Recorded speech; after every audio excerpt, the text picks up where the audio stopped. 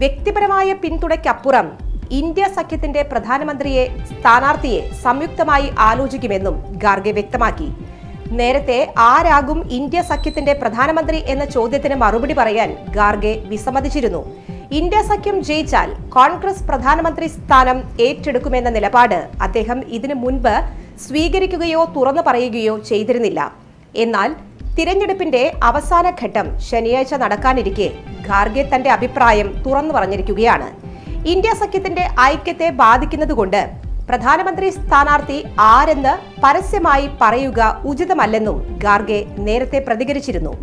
താനായിരിക്കും India സഖ്യത്തിന്റെ പ്രധാനമന്ത്രി സ്ഥാനാർത്ഥി എന്ന വാദവും ഖാർഗെ തള്ളിക്കളഞ്ഞു.